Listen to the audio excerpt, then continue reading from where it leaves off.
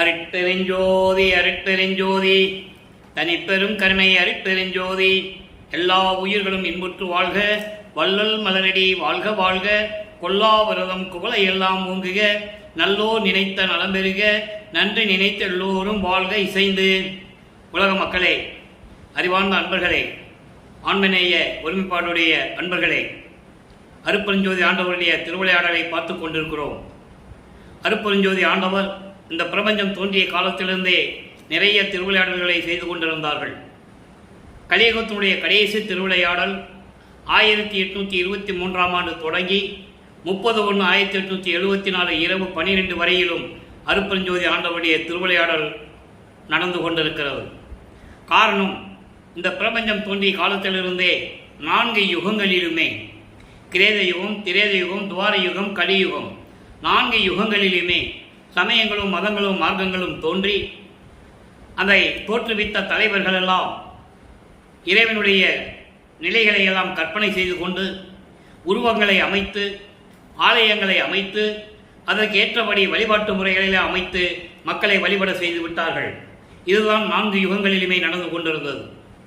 கலியுகத்தினுடைய கடைசியிலே 1823 ஆண்டு இந்த சமயங்களும் மதங்களும் மார்க்கங்களெல்லாம் முடிவெடு என்ற காலகட்டங்களில் இந்த உலக மக்களுக்கு ஒரு ஆன்மீக பாதை தேவை என்பதற்காக, ஒரு ஆன்மீக வழி தேவைப்படுகிறது உலக மக்களுக்கு என்பதற்காக சமரச சுத்த சன்மார்க்கத்தை நிறுவி அதை தன் மகன் கையில் ஒப்படைத்து உலக மக்களை எல்லாம் சுத்த சன்மார்க்கத்தில் இணைத்து உலக மக்களெல்லாம் இன்பமாக வாழ வேண்டும் என்பதற்காகவே தனது மகனை, தனது செல்வப்பிள்ளையை ஒரு தாயின் வழியாக இந்த மண்ணுலக்கை வருவிக்க செய்தார் அருட்பெருஞ்சோதி ஆண்டவர்.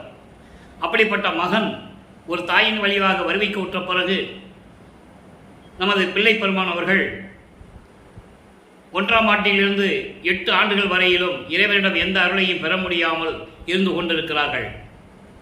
9வது ஆண்டிலே அருட்பெருஞ்சோதி ஆண்டவர் தன் மகனை ஆட்கொள்ளுகிறார். மகனை ஆட்கொண்ட பிறகு மகனிடம் கூறுகிறார், மகனை உனக்கு முன்பருவம் பின்பருவம் காட்டி அருள் செய்வேன், அதுவரையில் இந்த பூலோகத்தில் இருப்பாயாக என்று சொல்லி மறைந்து விடுகிறார். பிள்ளைப்பெருமான் அவர்கள் 9வது ஆண்டிலே இறைவனால் வருவிக்க உற்ற மகன் என்ற நிலை மட்டும் அவருக்கு தெரிகிறது. மற்ற நிலைகளெல்லாம் மறைப்பு நிலையில் இருந்து கொண்டிருக்கிறது. அது எப்படி மறைப்பு நிலை ஏற்பட்டது என்பதை திருவெட்பாவிலே ஒவ்வொரு பாடலின் மூலமாக நமக்கு அருளி இருக்கிறார்கள். அதை தான் பார்த்து கொண்டிருக்கிறோம். அவருடைய மறைப்பு நிலை எப்போ நீங்கியது, அந்த மறைப்பு நிலை நீங்கிய பிறகு அவர் எப்படி வருவிக்க உற்றார் என்பதை கூட பாடல்களிலே தெளிவாக அருளி இருக்கிறார்கள். அதை தான் நம்ம பார்த்து கொண்டிருக்கிறோம். வருவிக்க உற்றதுக்கு முன்னால், இந்த பூலோகத்திற்கு வருவிக்க முன்னால் ஒரு தாயின் கருவறையிலே இருக்கும்போது எப்படியெல்லாம் இருந்தார் என்பதை எல்லாம் பாடலிலே அருளி இருந்தார்கள். அதை நாம் பார்த்திருக்கிறோம். இப்போ 9வது ஆண்டிலிருந்து இறைவனுடைய திருவிளையாடல் எப்படி நடந்தது, ஒவ்வொரு 8 ஆண்டுகளிலும் 51 ஆண்டுகளை அருட்பெருஞ்சோதியுடைய திருவிளையாடல் 51 ஆண்டுகள் நடக்கிறது. இந்த 51 ஆண்டுகளை 8 பிரித்து ஒவ்வொரு 8 ஆண்டுகளிலும் தன் மகனுக்கு எப்படியெல்லாம் அருளை கொடுத்தார் என்பதை தான் நாம் அருட்பெருஞ்சோதியுடைய திருவிளையாடல் என்ற பதிவிலே, என்ற தலைப்பிலே நாம் பார்த்து கொண்டிருக்கிறோம். அந்த வகையில் இன்று நாம் பார்க்க வேண்டிய பாடல் 82வது பாடல், திருவருள் முறையீடு. 9வது ஆண்டிலே இறைவனால் வருவிக்க உற்றன் என்ற நிலை தெரிந்த பிறகு மறுபடியும் இறைவன் வந்து அருளை கொடுக்கவில்லையே என்ற நிலையில் அவர் இறைவனிடம் முறையீடு செய்கிறார். இறைவன் வந்து ஆட்கொண்டவுடனே ஞானம் கிடைத்து விடுகிறது. போக போக சுத்த சன்மார்க்கத்தை பெற்ற பிறகுதான் மெஞ்ஞானம் அவருக்கு கிடைக்கும். மெஞ்ஞானம் என்பது இந்த பிரபஞ்சத்தில் நடந்த உண்மைகளை எல்லாம் கூறுவது, நடக்கப் போகின்ற நிலைகளை எல்லாம் எடுத்து கூறுவது. அது கடவுள் நிலை. மெஞ்ஞான நிலை என்பது இயற்கை உண்மையின் விளக்கம். அதனால்தான் அருட்பெருஞ்சாண்டவரை இயற்கை உண்மை விளக்க கடவுள் என்று கூறுவார் நமது பிள்ளை பெருமான் அவர்கள். இப்போ இந்த நிலையில் இருக்கும்போது 9வது ஆண்டிலே இறைவன் வந்து ஆட்கொண்ட பிறகு 82வது பாடல், திருவருள் முறையீடு. மொத்தம் 232 பாடல்களை கொண்டது திருவருள் முறையீடு. ஒவ்வொரு பாடலிலும் இறைவனுடைய நிலையையும், அப்படிப்பட்ட இறைவன் இன்னும் எனக்கு வந்து அருளை கொடுக்கவில்லை என்ற நிலையையும் உலக மக்களுக்கு தெரிவிக்கிறார். பாடலின் மூலமாக உலக மக்களுக்கு தெரிவிக்கிறார். அதை தான் பார்த்து கொண்டிருக்கிறோம். பாடலை நன்றாக கவனியுங்கள். நீர் சிந்தும் கண்ணும் நிலை சிந்தும் நெஞ்சமும் நீன் நடையில் சீர் சிந்து வாழ்க்கையும் தேன் சிந்தி வாடிய செம்பலர் போல் கூர் சிந்து புந்தியும் கொண்டு நின்றேன். எப்படி நிற்கிறாருன்னு சொல்றார். உன்னாலே வருவிக்க உற்ற பிறகு நான் இறைவன் மகன் என்று சொல்லாத நிலை ஏற்பட்டு விடுகிறது. யாரிடம் சொல்லவும் முடியவில்லை, நீயும் அந்த அருளை கொடுக்கவில்லை என்ற நிலையில் வருந்தி மனம் துன்பப்பட்டு இறைவனிடம் முறையீடு செய்கிறார். உன் குறை சிந்தும்வாறு ஓர் சிந்து போல் அருள் நேர் சிந்தன் ஏத்தும் உடையானே. பாடல் உங்களுக்கு புரியாது. பாடலில் விளக்கம், இறைவன் தந்த விளக்கம் சொல்றேன், எளிமையான விளக்கம். விளக்கம் பாருங்க. நீர் சிந்தும் கண்ணும், அதாவது கண்ணீர் சிந்தும் கண்ணும், கண்களில் நீர் வந்து கொண்டிருக்கிறது, கண்ணீர் வந்து கொண்டிருக்கிறது. இந்த மண்ணுலகிற்கு வருவிக்க உற்று நான் எவ்வளவு வேதனை அடைந்து கொண்டிருக்கிறேன். உன்னுடைய மகன், இறைவனுடைய மகன் என்று தெரிந்து கூட நான் இவ்வளவு வேதனைகளை அடைந்து கொண்டிருக்கிறேன் என்பதை நினைக்கும் போது கண்களில் நீர் சொரிகிறது, கண்ணீர் வருகிறது. கண்ணீர் சிந்தும் கண்ணும் மனம் ஒரு நிலையில் இல்லாது, ஒழுக்கம் இல்லாத உலக வாழ்க்கையில், ஒழுக்கம் இல்லாத உலக வாழ்க்கையில் உன்னால் வருவிக்க உற்று புகழ் இல்லாத நிலையும் அமைதி இல்லாத நிலை என்று சொல்லுகிறார். அமைதி இல்லாத நிலையும் தேன் வற்றிய வாடிய செந்தாமரை போல. செந்தாமரை மலர் வாடிச்சுன்னா தேன் இருக்காது, தேன் வற்றி போகும். அந்த நிலையில் செந்தாமரை மலர் போலவும் கூர்மையான அறிவு இல்லாத உள்ளமும் கொண்டு உன் முன்னால் நின்று கொண்டிருக்கிறேன். முறையீடு செய்கிறார். இப்போ உன் முன்னால் நின்றுட்டு இருக்கேன், என்ன நிலைன்னு எனக்கு தெரியல. நினைச்சா கண்களில் நீர் சொரிகிறது, கண்ணீர் அப்படியே மலமலன்னு வருது. வாடிய செந்தாமரையை போல இருக்கிறேன், அறிவில்லை, அறிவில்லாத நிலையில் இருந்து கொண்டிருக்கிறேன். இந்த நிலையில் உன் முன்னால் வந்து நின்று கொண்டிருக்கிறேன். உன்னால் வருவிக்க உற்று நான் துன்பங்களை அனுபவித்துக் கொண்டிருக்கிறேன். எனக்கு எந்த விதமான குறையும் இல்லாமல், எந்த விதமான குறையும் இல்லாமல், அதான் சொல்றாரு, உள் குறை சிந்தும்வாறு ஓர் சிந்து போல். சிந்து என்பது கடல். அப்போ இந்த மாதிரி இருக்கும்போது என் உள்ளத்தில் எந்த விதமான குறையும் இல்லாமல் பெரும் கடல் போல எனக்கு அருள வேண்டும். எதற்கும் நிகரில்லாத அளவில் உயர்ந்த நிலையில் எனக்கு வந்து அருள வேண்டும். திருமால் வணங்கும் இறைவனே, விரைவில் வந்து அருள்வாயாக. சிந்தன் ஏத்தும், சிந்தன் ஏத்தும் உடையானே. சிந்தன் என்பது கடலிலே பள்ளி கொண்டவன், பார்க்கடலிலே பள்ளி கொண்டவன் திருமால். திருமால் வணங்கக்கூடிய இறைவனே என்று சொல்லுகிறார்.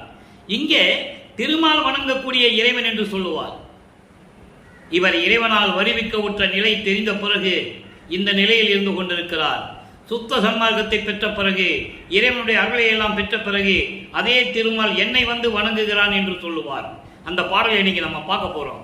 அதனால்தான் இந்த பாடலுக்கும் அந்த பாடலுக்கும் ஒரு தொடர்பு இருக்கிறது. நல்லா கவனிக்கணும். அப்படி திருமால் வணங்கும் இறைவனே, விரைவில் வந்து எனக்கு அருள்வாயாக. உன்னால் வருவிக்க உற்ற பிறகு இந்த உலகியல் வாழ்க்கையிலே துன்பப்பட்டு கொண்டிருக்கிறேன்.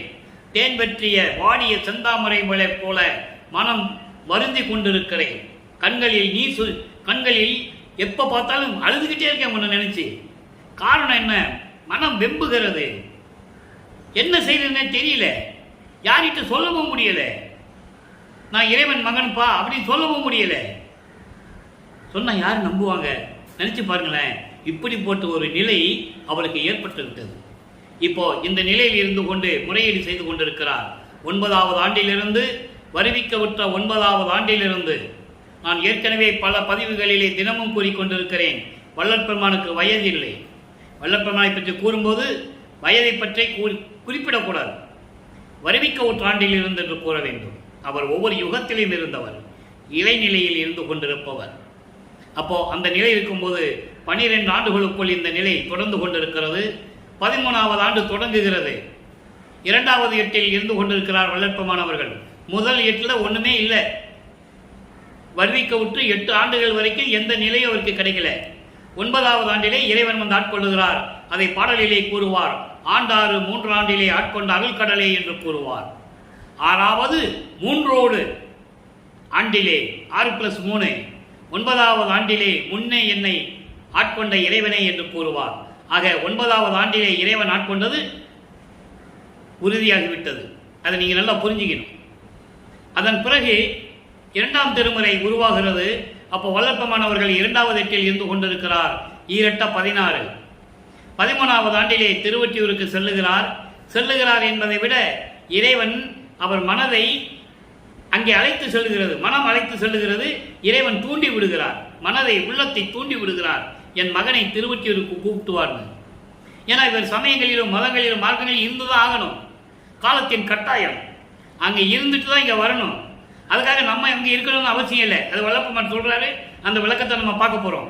நீங்கள் நல்லா புரிஞ்சுக்கிட்டே பார்த்துக்கிட்டே வரணும், கவனமாக பார்க்கணும். விளக்கத்தை தெளிவாக நீங்கள் கேட்டுக்கிட்டே வரணும். இப்போ 2ஆம் திருமுறை உருவாகிறது. அங்கே பாருங்க, அபராதத்து ஆற்றாமை என்ற ஒரு பதிகம். அபராதத்து ஆற்றாமை 1வது பாடல். 2ஆம் திருமுறையில் அபராதத்து ஆற்றாமை 1வது பாடல் 11வது பதிகம். அது அதில் எப்படி சொல்கிறாருன்னா, அபராதத்து ஆற்றாமை என்பது உன்னாலே நான் வருவிக்க உற்று எந்த நிலையும் அடையாமல் இப்படி துன்பப்பட்டு கொண்டிருக்கிறேன். தியாகராஜ பெருமானை பார்த்து சொல்கிறாரு திருவொற்றியூரில். இப்போ தான் தியாகராஜ பெருமானு சிவபெருமானு எல்லாம் சொல்லுவார். 2ஆம் திருமுறையில் பார்க்கும்போது நம்ம எல்லாம் பார்த்துட்டோம். நமச்சிவாயம், சிவாய நம எல்லாம் சொல்லுவார். ஏன்னா இவர் அந்த நிலையில் இருந்து கொண்டிருக்கிறார். திருநூறு பூசிட்டு இருக்காரு, உத்ராட்ச மாலையை போட்டுட்டு இருக்கிறாரு, கடக்காம் போட்டுக்கிட்டு இருக்காரு, எல்லாம் நடந்துகிட்டு இருக்கு. காரணம் அவருக்கு தெரியாது. சுத்த சன்மார்க்கத்தை பற்றி அப்போ அவருக்கு தெரியாது. மகனை அந்த நிலையில் இருக்க வைக்கிறார் அருட்பெருஞ்சோதி ஆண்டவர். பின்னால் இதெல்லாம் தேவையில்லைன்னு சொல்லணும். அதுக்காக தான் இப்போ அபராதத்து ஆற்றாமை என்பது, நான் இந்த நிலையில் இருந்து கொண்டிருக்கிறேன், நீ என்னை தண்டித்தால் என்ன ஆகும், அந்த நிலையில் இருந்து கொண்டிருக்கிறேன் என்பதை கூறுவதுதான் அபராதத்து ஆற்றாமை. அந்த தண்டனையை, அந்த அபராதத்தை தாங்கிக் கொள்ள முடியாமல், சகித்துக் கொள்ள முடியாமல் இறைவனிடம் சொல்லுவது. நல்லா கவனிக்கணும். இன்னைக்கு 1வது பாடல். இந்த பதியத்தில் 10 பாடல் இருக்கு. 10 பாடலையும் ஒவ்வொரு விதமாக சொல்லுவார். அதான் அற்புதமாக இருக்கும். துச்சிலை விரும்பி துயர் கொள்ளும் கொடியே, துட்டனேன் தூய்மை ஒன்றிலா எச்சிலை அணையேன், பாவியேன் என்னை என் செய்தால் தீருமோ அறியேன். சொல்லிட்டாரா? என்னை என்ன செஞ்சா தகும், எனக்கு ஒண்ணுமே தெரியல. பச்சிலை இடுவார் பக்கமே மருவும் பரமனே எம் பசுபதியே, அச்சிலை விரும்பும் அவர் உள்ளத்தே, அச்சிலை விரும்பும் அவர் உள்ளத்தே. இது ஒரே வரி. அச்சிலை விரும்பும் அவர் உள்ளத்தே, அமுதே ஐயனே ஒற்றியூர் அரசே. இது பாடல். இந்த பாடலை விளக்கம் பாருங்க. துச்சிலை என்பது இந்த பூலோகத்திலே உன்னாலே வருவிக்க உற்றதனால் எடுத்த இந்த மனித உடம்பை தாங்கிக் கொண்டு. துச்சிலை என்பது மனித உடம்பு, மானிட பிறவி. நல்லா கவனிக்கணும். அவர் மானிட பிறவி அல்ல. ஆனால் அப்பா அவருக்கு தெரியாது. அதனால அவர் சொல்றார். நல்லா கவனிக்கணும். ஏன்னா உலகிலே ஒரு தாயின் வழியாக வந்ததனால், ஒரு தாயின் கருவறையிலே 10 மாதம் இருந்து உலக நடவடிக்கையில், உலகையிலே ஒரு குழந்தை எப்படி பிறக்கும், ஒரு தாய் வயிற்றுல 10 மாதம் இருந்து பிறக்கும். அந்த மாதிரி வராது.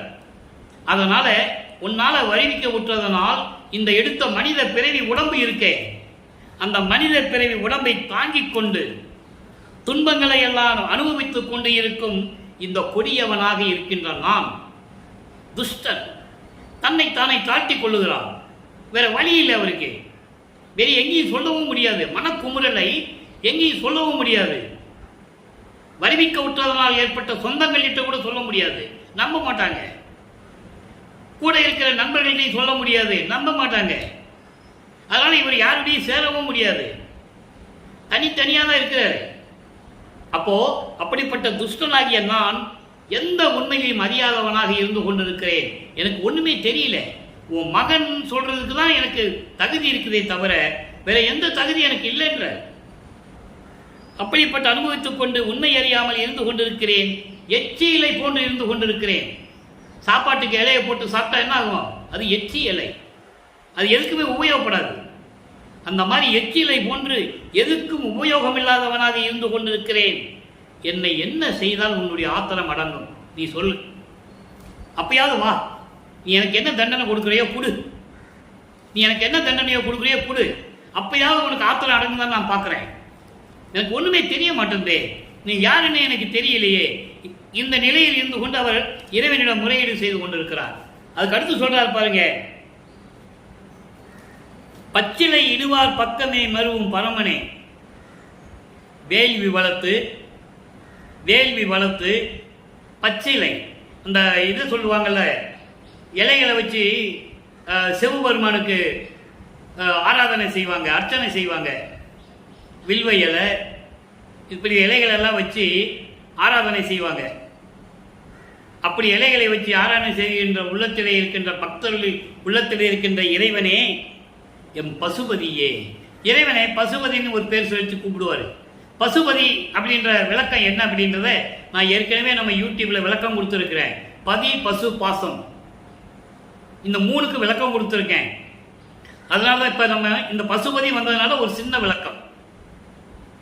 பதி என்பது இறைவன், பசு என்பது ஆன்மா, மலங்கள் சூழ்ந்த ஆன்மா. இந்த மலத்தை நீக்கணும். அந்த ஆன்மாவுக்கு இருக்கின்ற மலத்தை, ஆணவம், கண்மம், மாயை, மாமாயை, துறை என்ற 5 மலங்கள் இருக்கிறது. இந்த மலங்களை எல்லாம் நீக்கணும். அப்போ இந்த பசு என்ன பண்ணுது? அந்த ஆன்மா, பசு என்பது ஆன்மா, உயிர் நிலை என்று கூட சொல்லலாம், உயிர் நிலை. அப்போ அதுக்கு அந்த மலங்களை எல்லாம் நீக்கி அந்த ஆன்மாவை சுத்தப்படுத்தணும். அப்போ அந்த ஆன்மா என்ன பண்ணுது? தந்திரமாக போய் பதிகிட்ட போய் சேர்ந்துருது. பதினா கடவுள். அப்போ அந்த பதி நினைக்குது, அந்த கடவுள் நினைக்கிறார், ஓ இந்த ஆன்மா கிட்ட இருக்கிற அந்த மலங்களை நீக்கிறதுக்கு தான் நம்ம கிட்ட தந்திரமா வந்து சேர்ந்துருச்சு அப்படி நினைக்கும் போது அந்த மலங்களை நீக்குவதற்காக அந்த பசுவை தன்னோடு இணைத்துக் கொள்கிறார். அதனால்தான் பசுபதி என்று அவருக்கு பெயர் வந்தது. திவல் உற்ற அந்த பரப்பில் எங்கெங்கும் வருவது. அகவல்ல படிச்சிருக்கீங்க, அவளோடு கூடிய ஒரு சுகமேன் வரும். அவளோடு கூடிய சுகம் என்றும் போது நீங்க ஏதோ ஒரு பெண்ணு கூட சேர்ந்த சுகம் நீங்க நினைச்சிடக்கூடாது. பசுவை பெண்ணாக உருவப்படுத்துகிறாராம். அவள் என்று சொல்லுவார். அவள் என்றால் பசு, அவன் என்றால் இறைவன், அது என்றால் அக்கிரணையில் உள்ளது, அதுதான் பாசம். பாசத்துக்கு அக்கிரணையிலே சொல்லுகிறார். பாசம் என்பது மாயைகளையும் மயக்கங்களையும் பந்தங்களையும் பற்றுகளையும் கொண்டது, அதுதான் பாசம். பாசத்துக்கு ஒரு விளக்கம் தருவார் வல்லப்பமானவர்கள். ஒரு கிணத்துல பாசம் மூடிக்கிட்டு இருக்கும், தண்ணி இருக்கும், கீழே சுத்தமா தெளிந்த தண்ணி இருக்கும், அதுக்கு மேல பாசம் மூடிக்கிட்டு இருக்கும், பச்சை கலர்ல இருக்கும். ஒரு கள்ளத்துக்கு போட்டீங்கன்னா அந்த அந்த பாசம் விலகும் போது உள்ள நீர் தெளிவா தெரியும். அப்ப அந்த பாசம் நீக்கும் போது ஆன்மா சுத்தமா இருக்கும். திருப்பி கொஞ்ச நேரத்தில் பாருங்க, பாசம் மூடிடும், பாசம் திரும்பி சுத்திக்கும். அதனால அதை பாசத்தை அந்த பச்சை நிறை கொண்ட அந்த இதை விளக்குவார் வல்லப்பமானவர்கள். ஆக பசுபதி என்பது, பசு என்றது ஆன்மா, ஆன்மாவை இணைத்துக் கொண்ட இறைவன். அதனால் பசுபதி என்று பொருள் அவருக்கு. இப்போ இந்த பசுபதி, இந்த பாசத்தை எல்லாம் இன்னைக்கு ஒரு விளக்கம் கொடுப்பார் வல்லப்பமானவர்கள். நல்லா நம்ம பார்க்க போறோம். பசுபதியே அச்சிலை விரும்பும் அவர் உள்ளத்தே. அச்சிலை என்பது சுத்த தேகத்தை விரும்பக்கூடிய, தவம் செய்து கொண்டு இந்த தேகத்தை சுத்த தேகமாக மாற்ற நினைப்பவர்களுடைய உள்ளத்திலே இருந்து கொண்டிருக்கின்ற இறைவன். தவங்க இருக்கிறாங்க, முனிவர்கள், ரிஷிகள்லாம் தவம் இருப்பாங்க. அப்போ அவங்க தேகத்தை சுத்த தேகம் மாற்றுவதற்காக இருக்கிறதுக்காக தவம் இருப்பாங்க. அப்படிப்பட்டவர்கள் உள்ளத்திலே விளங்கி கொண்டிருக்கின்ற இறைவனே, ஐயனே, திருவொற்றியூரில் இருக்கின்ற இறைவனே என்று சொல்லி இந்த பாடலை நமக்கு அருளி இருக்கிறார்கள். ஆக வல்லப்பமானவர்கள் இந்த நிலையில் இருக்கும்போது 2வது எட்டில் இருந்து கொண்டிருக்கிறார். 2-16. இப்பவும் எதுவுமே நடக்கல. நல்லா கவனிங்க, இறைவனிட்டிருந்து எந்த அருளையும் பெற முடியவில்லை. அப்ப இவர் திருவொற்றியூருக்கு போயிட்டே இருக்கிறார். இந்த நிலையில் 3வது திருமுறை உருவாகிறது. 3வது திருமுறை உருவாகும் போது வல்லப்பமானவர்கள் 24 ஆண்டுகளுக்குள் இருந்து கொண்டிருக்கிறார். அப்ப 24வது ஆண்டுகளுக்குள் இறைவனிடம் என்ன அருளை பெற்றுக் கொண்டார்? பெற்றாரா இல்லையா? அவர் நிலை எப்படி இருந்தது என்பதை பார்க்க போகிறோம். 3ஆம் திருமுறை பதிகம் 9 வியப்பு மொழி. 1வது பாடல். வியப்பு மொழி என்பது அதாவது தாய் மகளிடம் சொல்லுவது போல. நம்ம ஏற்கனவே 3ஆம் திருமுறையிலே இரங்கல் மாலை எல்லாம் பார்த்துட்டோம். ஒரு தோழியிடம் சொல்லுவது போல பாடலை அருளி இருப்பார்கள். நான் என்னை ஆட்கொண்ட இறைவன் சேரவில்லை, எந்த விதமான அருளையும் கொடுக்கவில்லை என்று கூறுவார்கள். இதற்கு முன்னால் நாம் பார்த்த பதிகம் திருவுலாத்திரம். திருவுலாத்திரம் என்பது நம்ம ஏற்கனவே 10 பாடல் விளக்க பார்த்துட்டோம். தினமும் நீங்கள் இதை பார்த்தா தான் உங்களுக்கு ஓரளவுக்கு அது புரியும். அங்கே திருவிழா வீதி வரும்போது, தியாகராஜ பெருமான வீதி வரும்போது, உலா வரும்போது அவனை பார்க்காம நான் வரமாட்டேன்னு சொல்லி ஒத்த காலில் நிற்பார், உறுதியாக நிற்பார். அதை 10 பாடலில் பார்த்துட்டோம். இப்போ அந்த பவனியை பார்த்த பிறகு நல்லா புரிஞ்சுக்கணும். பவனி வரும்போது தியாகராஜ பெருமான் பவனி வருவாரு, நின்றுட்டு இருக்காரு. அதை பார்க்காம நான் வரமாட்டேன்னு நின்றுட்டு இருப்பாரு. அந்த நிலையை 10 பாடலில் நம்ம பார்த்துட்டோம். ஒவ்வொரு பாடலும் ஒவ்வொரு விதமாக விளக்கம் சொல்லுவார். இப்போ வியப்பு மொழியில தாய் சொல்லுகிறாள், மகளை பார்த்து தாய் சொல்லுவது போல. தாய் என்பது உள்ளம். உள்ளம் அவரை எப்படி சொல்லுது? பவனியை பார்த்துட்டு வந்த பிறகு தன் மகளிடம் தாய் சொல்லுவது போல. உலகியலிலே இந்த மாதிரி ஒரு காதலனை, தன் பெண் ஒரு ஆணை காதலிக்கிறாள். அவளுடைய நிலையை பார்த்த பிறகு தாய் சொல்லுவது போல நம்ம பாடலெல்லாம் பார்த்தோம். அவனை போய் நீ பார்த்து என்ன பண்ண போற? அவனுக்கு இருக்க இடம் இல்லை, திங்கிறதுக்கு சோறு இல்லை, சுடுகாட்டில் படுத்து இருக்கிறான், பிச்சை எடுக்கிறான், அப்படிலாம் சொல்லுவார். ஏன்னா இறைவனுடைய நிலையை சொல்வதாக சொல்லுவார். இப்போ இந்த பாடல் என்ன சொல்றாரு? பவனியை பார்த்துட்டு வந்த பிறகு என்ன சொல்லுகிறார்? அதான் நம்ம பார்க்கணும். அதான் வியப்பு மொழி. தாய் மகளிடம் சொல்லுவது போல வல்லப்பமானவர்கள் அந்த பவனியை பார்த்துட்டு வந்த பிறகு, திருவொற்றியூரை பார்த்துட்டு வந்த பிறகு என்ன சொல்லுகிறார்? இது 24 ஆண்டுகளுக்குள் நடந்து கொண்டிருக்கிறது. நல்லா கவனிங்க.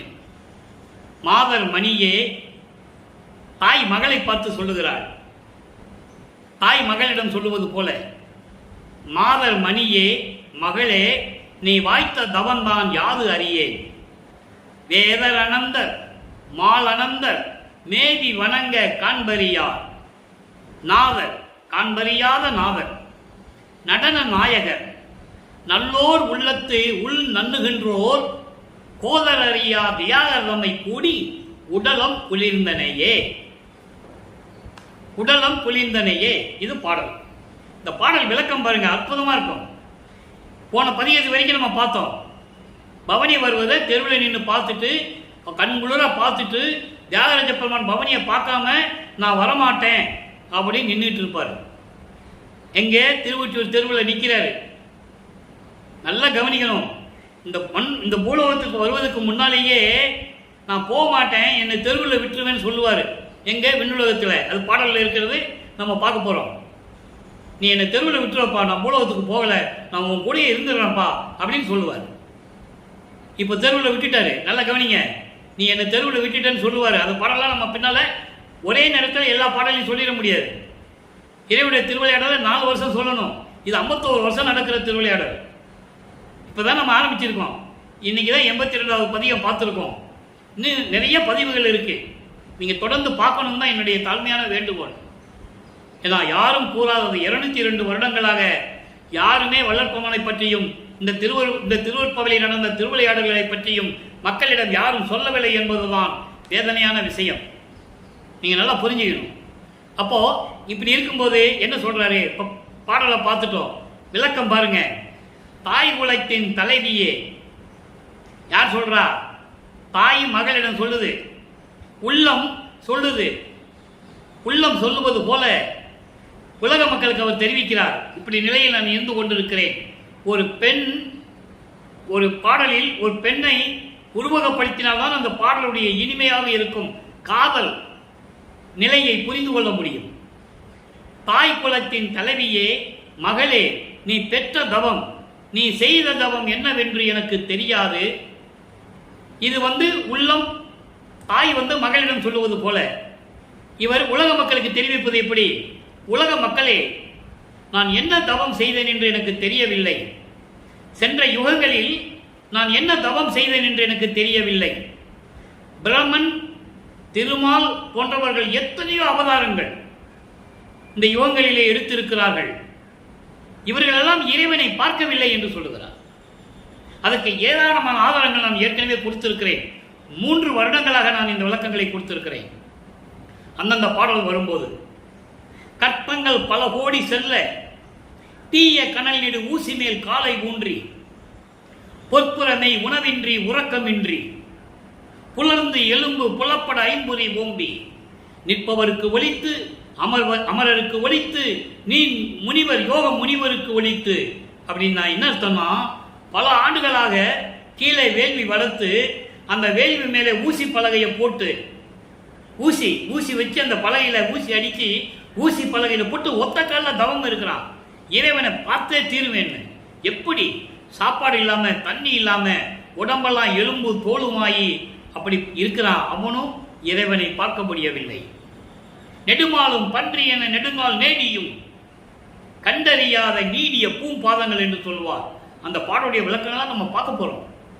பிரம்மன் அன்னப்பறவையை எடுத்து திருமால் பன்றி உருவம் எடுத்து அடியும் முடியும் பார்க்க முடியவில்லை. அப்படிப்பட்ட இறைவன். அப்ப அவர் அருப்பெருஞ்சோதி சொல்ல மாட்டாரு, நல்லா புரிஞ்சுக்கணும். அப்ப அருப்பெருஞ்சோதி அவருக்கு தெரியாது, சிவபெருமான் தான் தெரியும். தியாகராஜ பெருமானே, சிவபெருமானே, நடராஜன், சொக்கநாதன், மாசிலாமணி, பிச்சை அண்டி இப்படிதான் சொல்லுவார். சொல்லிதான் ஆகணும். அப்ப அவருக்கு அதான் தெரியும். மறைப்பு நிலை இருந்து கொண்டிருக்கிறது. சமயங்களும் மதங்களும் மார்க்கங்களும் அவரை சுத்தி வளைச்சு துரத்திக்கிட்டு இருக்கு. இவர் அதில் சுத்திக்கிட்டே இருக்கிறாரு. சூறாவளி காட்டுல சுத்தினா எப்படி இருக்கும், அந்த மாதிரி சுத்திக்கிட்டு இருக்கிறாரு. நல்லா புரிஞ்சுக்கணும். நீங்க தன் மகனை அப்படியெல்லாம் இருக்க வைக்கிறார் அருட்பெருஞ்சாண்டவர். இப்போ அந்த நிலையில் இருந்து கொண்டு இருக்கிறேன், என்ன செய்வதென்று தெரியவில்லை. பிரம்மன் திருமாலெல்லாம் தேவர்கள் எத்தனை யுகங்கள்ல தவம் வந்திருக்காங்க, இறைவனை பார்க்க முடியவில்லை. அப்படிப்பட்ட இறைவனை வணங்கியும் எந்த அருளையும் அவங்க பெற முடியவில்லை. அருள் நடனம் செய்கின்ற இறைவன், நல்லோர்களின் உள்ளத்தில் இருந்து கொண்டிருக்கின்ற இறைவன், தீயவர்கள் அறிய முடியாத இறைவன். அப்படிப்பட்டவர் தான் தியாகராஜ பெருமான்.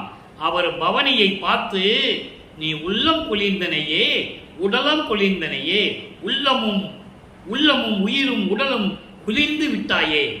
ஏன்னா இவ பவனி வருவ பார்க்க போறாரு. போன பதியத்துல பார்த்தோம்.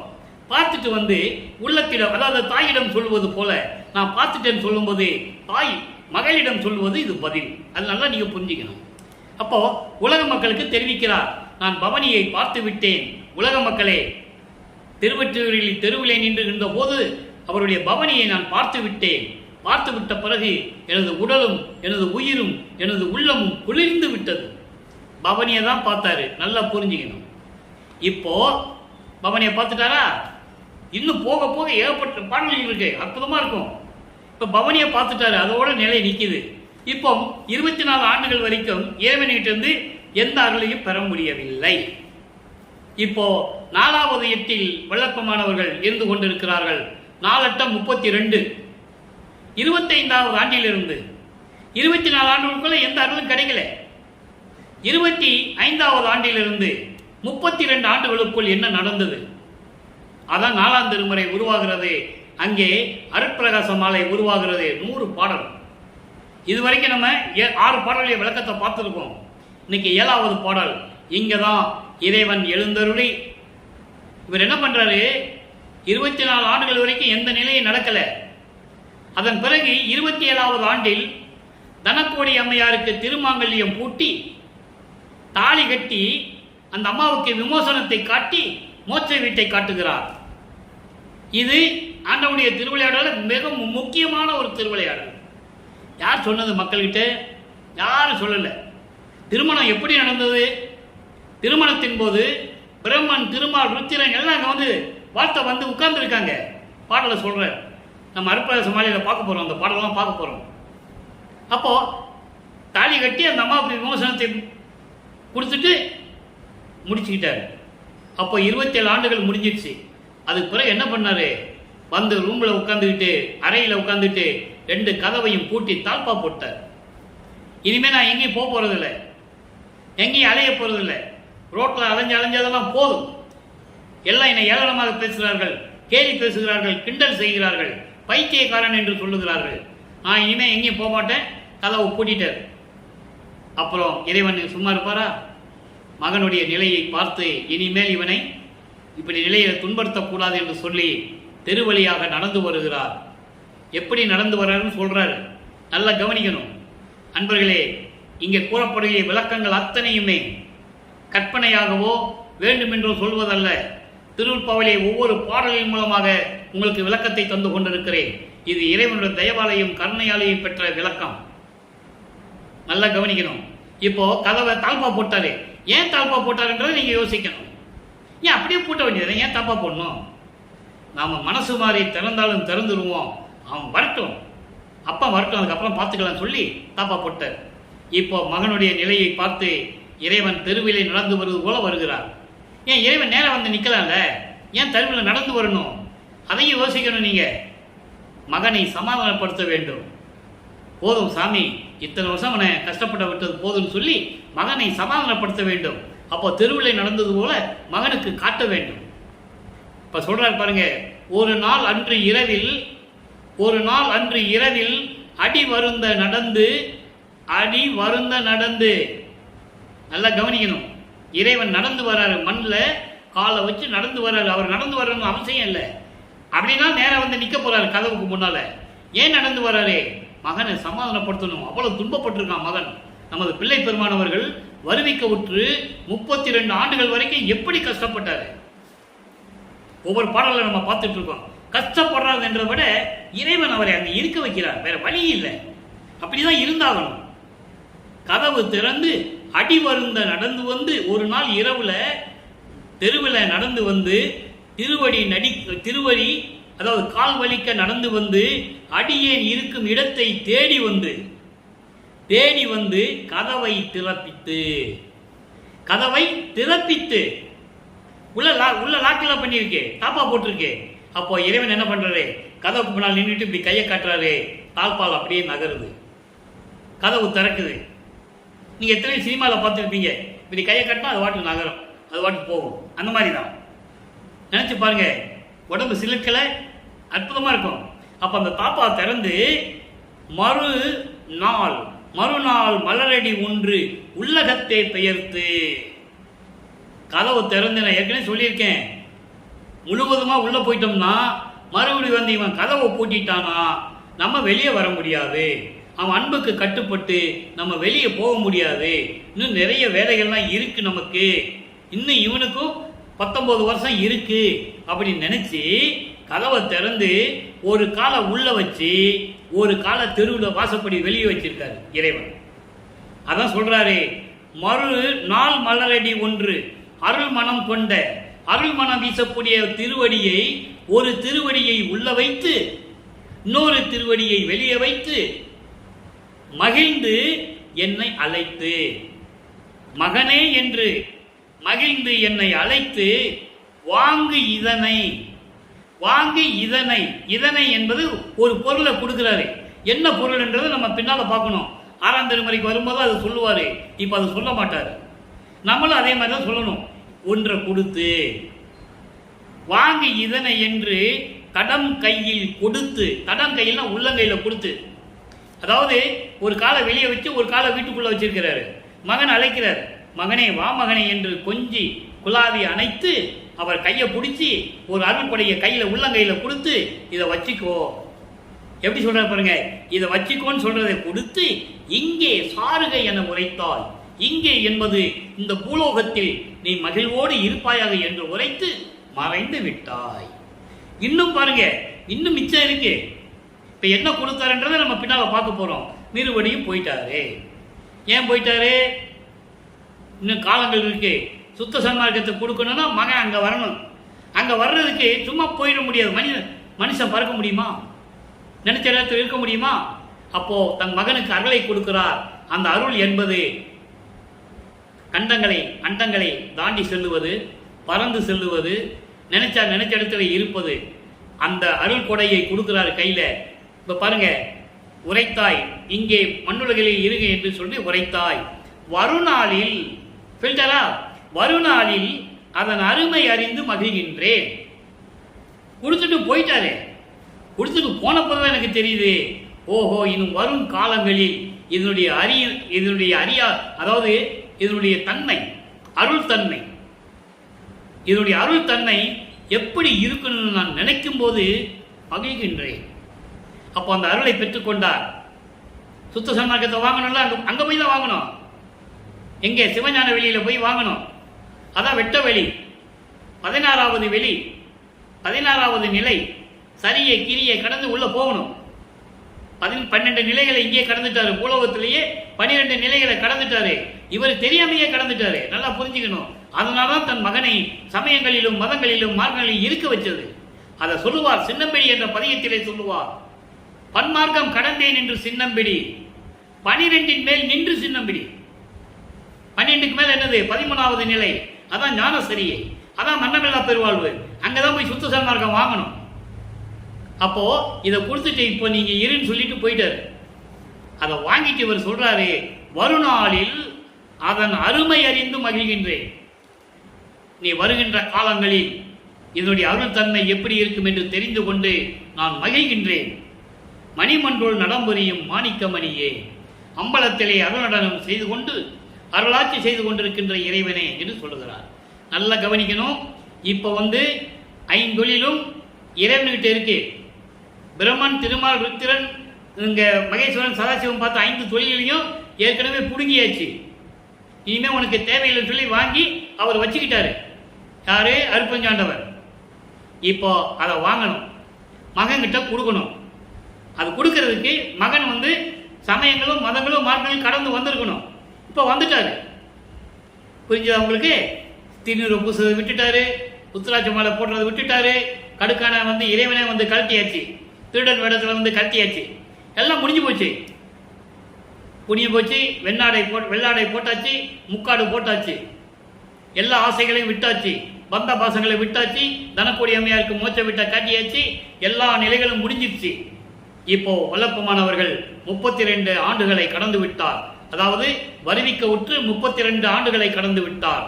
இப்போ 5வது எட்டில் உள்ளே நுழைகிறார். ஐயட்ட 40. 40வது ஆண்டிலிருந்து 48 ஆண்டுகளுக்குள் என்ன நடந்தது அந்த நிலையை சொல்லணும்ல. இப்ப பாருங்க, 33வது ஆண்டிலிருந்து 40 ஆண்டுகளுக்குள் என்ன நடந்தது, இந்த 8 ஆண்டுகள்ல என்ன நடந்தது. இப்போ அருளை கொடுத்துட்டு போயிட்டாரு. நீ பூலோகத்தில் இதை வச்சுக்கோன்னு சொல்லிட்டு போயிட்டாரு. அது என்னன்றது சொல்ல போறோம். இப்போ இங்க போற. அப்போ போறதுக்கு முன்னால கடவுள் யாருன்னு மக்களுக்கு சொல்லணும். இது வரைக்கும் தியாகராஜ பெருமானு, சிவபெருமானு காலமே வாகனம் மீது வருவாரு, பாம்பெல்லாம் கழுத்துல வச்சிருப்பாரு, உடுக்கைய கையில வச்சிருப்பாரு, கங்கையை தலையில வச்சிருப்பாரு, பிறைசந்தனை சூடி இருப்பாரு, கொன்றை மலரை சூடி இருப்பாரு, அப்படியெல்லாம் சொல்லுவார். சொல்லிதான் ஆகணும். காலத்தின் கட்டாயம் சொல்லிட்டாரு. அதுக்கப்புறம் இது தேவையில்லைன்னு சொல்லிட்டாரு. இப்போ அருப்பொருஞ்ச ஆண்டவர் தான் கடவுள்னு சொல்லணும். இப்போ சுத்த சன்மார்க்கத்தை வாங்கணும், அருப்பொருஞ்ச ஆண்டவர் கடவுள்னு சொல்லணும். இப்போதான் பிரபஞ்சத்தின் உண்மை இங்க சொல்றாரு. இது வரைக்கும் அருப்பொருஞ்ச ஆண்டவர் யாருக்குன்னே தெரியாது, இதுக்கு மட்டும்தான் தெரியும். இப்போ சொல்றாரு பாருங்க, அருப்பெருஞ்சோதியின் ஆண்டவர் என்ற பதிகம் 6ஆம் திருமுறை. இப்போ சுத்த சன்மார்க்கம் வாங்கியாச்சு. இந்த நிலையை சொல்றாரு. அவங்க அப்பா என்ன சொன்னாரு? மருந்து இது, மணி இது, மந்திரம் இது, செய்வகை இது, துறை இது, வழி இது. எனவே இருந்து என் உள்ளம் அறிவித்து தெல்லமுது அளித்து, என் உள்ளத்தில் அறிவித்து தெல்லமுதம் அளித்து என்னையும் தன்னையும் ஏகமனதாக்கி அண்டர்லைன். எல்லாம் இறைவனும் அவர் ஒன்னாயிட்டாங்கன்னா சும்மா ஆயிட முடியாது. சுத்த சன்மார்க்கத்தை வாங்கியாச்சு. ஆக்கி பொருந்தி எல்லாம் செய்ய வல்லவோர் சித்தி புண்ணிய வாழ்க்கையில் நன்னி யோகாந்த அருந்தவ வீதியில் ஆட செய்தீரே, அருப்பெருஞ்சோதியின் ஆண்டவர் நீரே. இப்போ 6 அந்தங்களை கடக்கணும்ல சொல்றாருல்ல. இப்போ ஒன்னா நம்ம பார்த்துக்கிட்டே வரோம். இன்னைக்கு யோகாந்தத்தை சொல்றார், நாளைக்கு கலாந்தத்தை சொல்லுவார். வேதாந்தம், சித்தாந்தம், நாதாந்தம் பார்த்துட்டோம். இன்னைக்கு யோகாந்தத்தை பார்க்கிறோம். அப்போ அந்த வீதியிலே என்னை ஆட செய்தீரே, அருப்பெருஞ்சோதி என் ஆண்டவர் நீரே சொல்லிட்டார். இப்போ அருப்பெருஞ்ச ஆண்டவர் தான் கடவுள். இயற்கை உண்மை கடவுள் யாருன்னா அருப்பெருஞ்சோதி ஆண்டவர். இந்த பாட்டில் என்ன சொல்றாரு? மருந்து இது. மருந்து இதுன்னா என்ன? பிணியை நீக்கக்கூடிய இறைவன். பிணி என்ன? மரணம். மரணத்தை நீக்கக்கூடிய இறைவன். மருந்து இது, மணி இது. மணி இது நவமணி வகைகள் என்று சொல்லுவார். இது அகவல்ல வரும். சித்திசை மணியே, சரவழி மணியே, எல்லா மணிகளை 9 மணிகளை சொல்லுவார். அப்படி 9 நவமணிகளில் இருக்கின்ற இறைவனே மந்திரம் இது. மந்திரம் என்பது மன ஒருமை, ஆண்மநேய ஒருமைப்பாட்டு உரிமை. செய்வகை இது. செய்வகை இது என்பது செய்யக்கூடிய செயல்களுடைய வகைகள். துறை இது. துறை என்பது என்ன? துறை இது, வழி இது, துணிவிது, நீ செய்யும் முறை இது, எனவே மொழிந்த மெய்த்துணையே. அகவல்ல சொல்லுவார். அதை துறை என்பது வழிவகைகள், செய்யக்கூடிய வழிவகைகள். எனவே எனவே என்பது என்று. இப்ப என்ன சொல்ற பாருங்க, பிணிகளை நீக்கக்கூடிய நிலை இது அப்படின்னு என்னங்க, எல்லாமே சுத்த சன்மார்க்கத்தை வாங்க பிறகுதான் சொல்ல முடியும். சுத்த சன்மார்க்கத்தில் இருந்தால் தான் இதெல்லாம் நடக்கும். மரணமில்லா பெருவாழ்வை கொடுக்கக்கூடிய மருந்து இது. சுத்த சன்மார்க்கத்தை சொல்ற மணி இது, நவமணி வகைகளை சேர்ந்தது. மந்திரம் இது, ஆண்மநேய ஒருமைப்பாட்டை தரக்கூடியது. சுத்த சன்மார்க்கத்தின் முக்கிய லட்சியமாகிய ஆண்மநேய ஒருமைப்பாட்டுரிமை எங்களுக்குள் எக்காலத்தும் எவ்விடத்தும் எவ்விதத்தும் எவ்வளவும் விலகாமல் நிறைந்து விளங்க அருள் செய்ய வேண்டும். முறையீட்டில் சொல்லுவார். சமயங்களையும் மதங்களையும் மார்க்கங்களையும் முக்கிய தடைகள் என்று சொல்லுவார். அதான் விளக்கமாக சொல்லிட்டு இருக்கிறாரே. துறை இது, வழி இது. வழி என்பது கடவுள் வழியை அடையக்கூடியது. துறை என்பது உயிர் இரக்கம், தயவும் கருணையும். இதெல்லாம் எப்படி தெரிகிறது?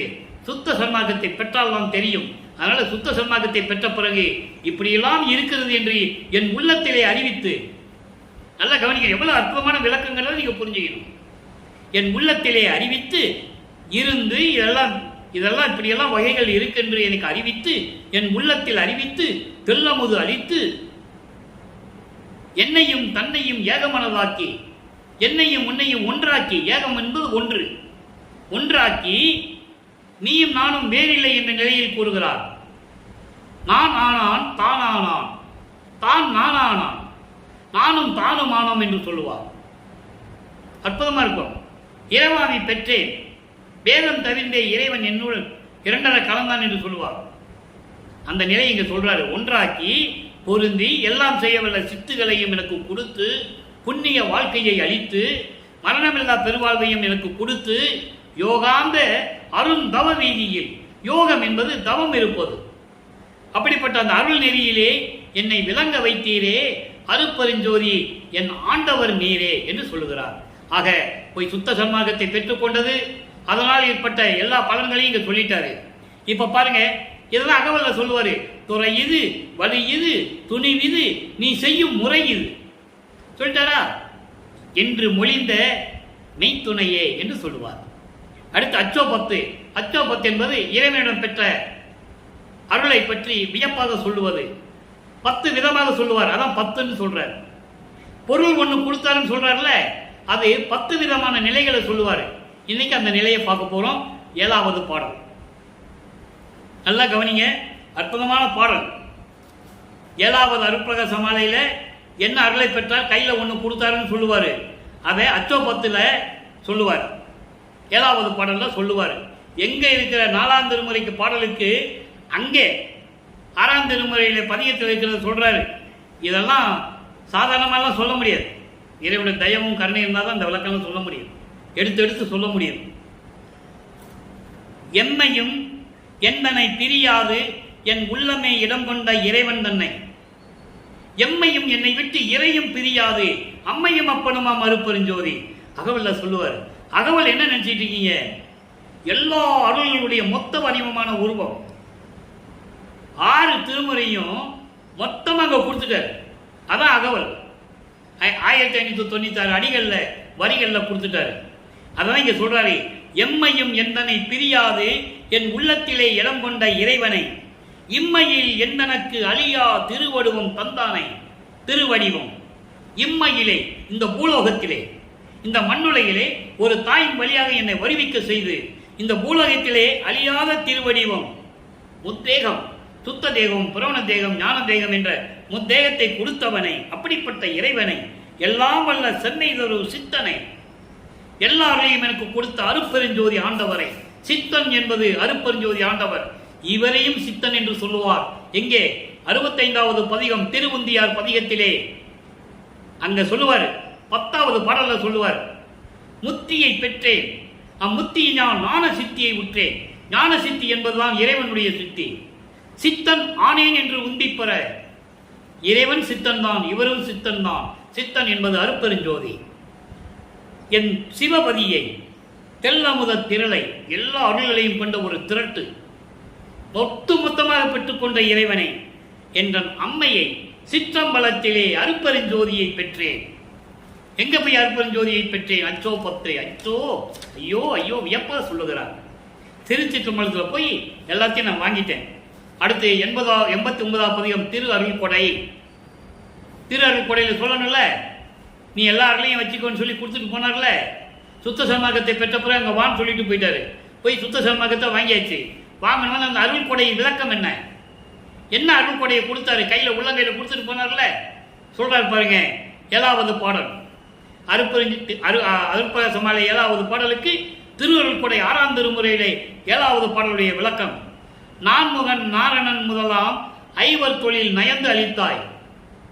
பிரம்மனும் திருமாலு ருத்திரன் மகேஸ்வரன் சதாசிவம் செஞ்ச 5 தொழிலையும் மொத்தமா என்கிட்ட கொடுத்துட்ட. மேன்மை பெறும் அருட்ஜோதி திரு அமுதம் வியந்து அளித்தாய். அருள் ஜோதியை கொடுத்து சுத்த சன்மார்க்கத்தை கொடுத்துட்டே, அருள் அமுதத்தையும் கொடுத்துட்டே. அவர் எங்க சாப்பிட்டாரு? நான் பசித்த போதெல்லாம் தான் பசித்ததாகி நல் அமுதம் ஊட்டினாய் என்று சொல்லுவார். அருள் அமுதத்தை கொடுத்தார். வள்ளற்பெருமான் எங்க சாப்பிட்டாரு? சாப்பிட்டாரு சாப்பிட்டாரு சாப்பிட்டாரு பொய் சொல்லி மக்கள்கிட்ட ஏமாத்திட்டாங்க. அவரை ஒரு சாமியாரவே சொல்லிட்டாங்க. தமிழ் துறவி, ஞானி, போகி, யோகி, வசனகர்த்தா, நூலாசிரியரே, பாடலாசிரியரே, சீர்திருத்தவாதி, இப்படியே அவரை சொல்லிட்டாங்க. மனம் வேதனைப்படுகிறது நண்பர்களே.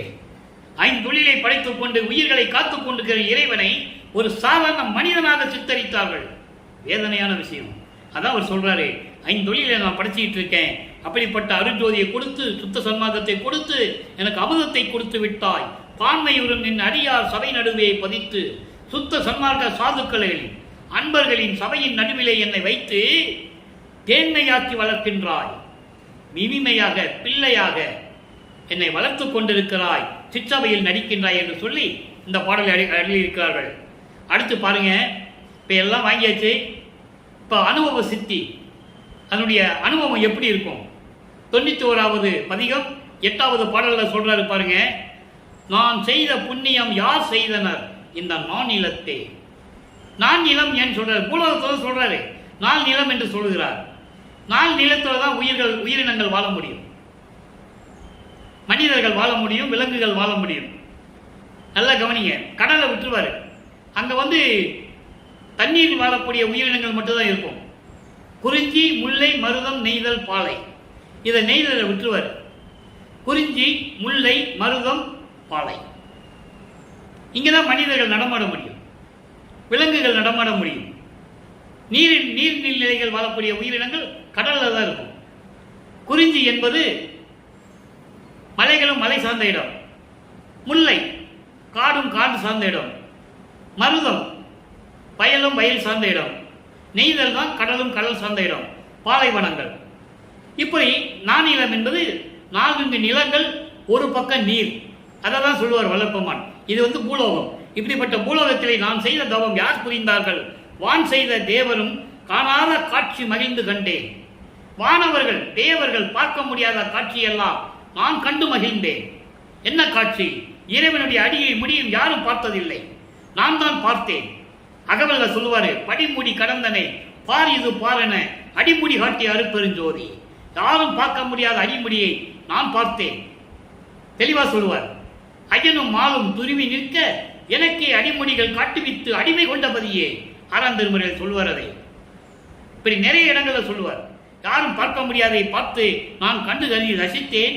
ஊன் செய்த மெய்யும் உயிரும் உணர்வும் ஒளிமயமாக கோன் செய்யவே பெற்றுக்கொண்டேன். இறைவனால் வருவிக்க உற்று இந்த பூலோகத்திலே ஒரு தாயின் வயிற்றிலே 10 மாதம் கருவறையிலே இருந்து வருவிக்க உற்ற அந்த மனித உடம்பு இருக்கிறதே, உலகியலுக்காக எடுத்த பிறவி. இது உலகியலுக்காக எடுத்த மனித பிறவி. இந்த பிறவியும் உடலும் உயிரும் மெய்யும் ஒளிமயமாக 3 தேகங்களாக, சுத்த தேகம், புரண தேகம், ஞான தேகமாக என் தந்தை செய்ய நான் அதை பெற்றுக்கொண்டேன். யார் சொன்னா இதை? மக்கள்கிட்ட யார் சொன்னா? யாருமே சொல்லலையே. பெற்றுக்கொண்டேன், உண்டேன் அருள் கோணமுது. இறைவனுடைய அருள் அமுதத்தை நான் உண்டேன். அப்போ அவர் அருளமன் தானே சாப்பிட்டாரு. சித்தி உலகத்தில் சமையல் அறை இருக்கா, படுக்கை அறை இருக்கா, குளியல் அறை இருக்கா, சத்தியஞான சபையில் இருக்கா? எங்கே இருக்கு? எங்கே குளிச்சாரு, எங்கே சாப்பிட்டாரு, எங்கே தூங்கினாரு?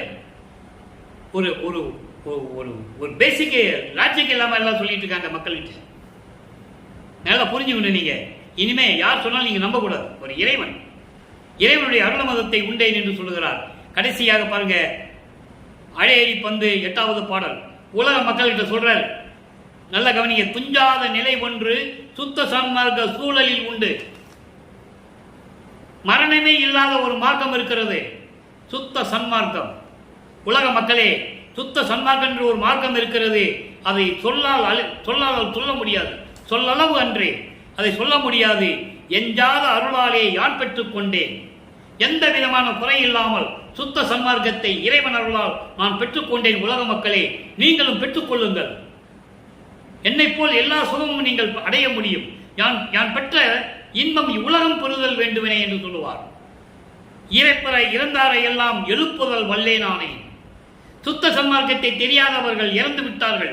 அவர்களெல்லாம் திருப்பி கொண்டு வருவதற்கான தகுதி வல்லமையை, அருள் வல்லமையை நான் பெற்றுக்கொண்டேன்.